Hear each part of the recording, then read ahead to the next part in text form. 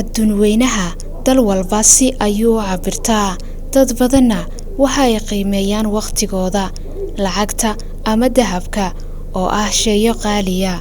bal ka soo qaad in subax kasta bankigaaga ay ku soo dhacdo 86,400 oo lacaga hami intee leeg ayaa ku geli lahaa qorshe intee leeg ayaad sadejin lahayd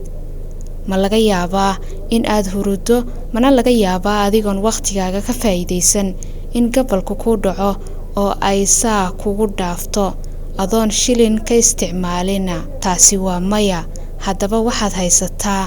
24 saacadood oo u dhiganta 86,400 oo second ama ilbiriqsi oo u dhiganta 86,400 haddaad hal second dayacdid waxaad iska dayacday $1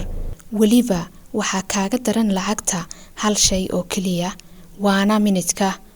ama waqtiga haddii uu ku dhaafana kuma soo laabanayo waqtiguna waa sida seefta maareynta waqtiga maadaama uu waqtigu sida qaali u yahay waa inaan u sameynaa qorshe iyo maamulid waqtigaaga kana faa'iideysataa dadka waxa ay guul ku kala gaadhaan sida ay waqtigooda uga faa'iideystaan waxaana haysanaa dhammaanteen waqti isku mid ah waxa la isku dhaafay sida qof walba uu u qorsheeyo waqtigiisa waxaad samaysataa liis aad ku qorto qorshe maalmeedkaaga bileedkaaga iyo sanadeedkaaga si aanu kaaga lumin hal second isku ilaali liiskan waxa uu kaaga faa'iideynayaa in aad kala horreysiisid hawlahaaga hore ayay Soomaalidu ugu mahmaaheen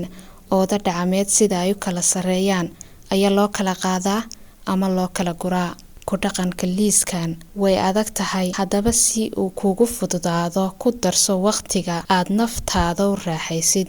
oo aad samaysid waxyaabaha aad jeceshahay waqti lumiska waxa waqtigaaga lumiya hawsha oo dib aad u dhigatid telefoonka oo waqti badan ku hadashid internetka oo aad u isticmaasho sida Facebook iyo wixii la mid ah filimaanta musalsalka qaadka hamila'aanta